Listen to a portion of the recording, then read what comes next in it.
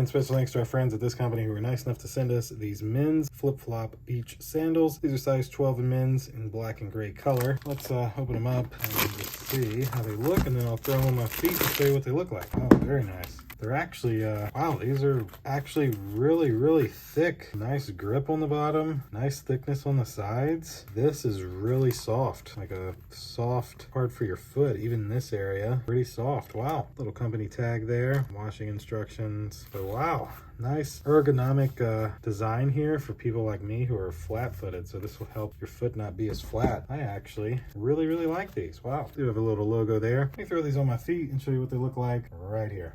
And there we are. The flip-flops feel phenomenal. I have flat feet, so I love the arch here. Feel good and strong on my feet. I don't feel like they're gonna fall off or anything.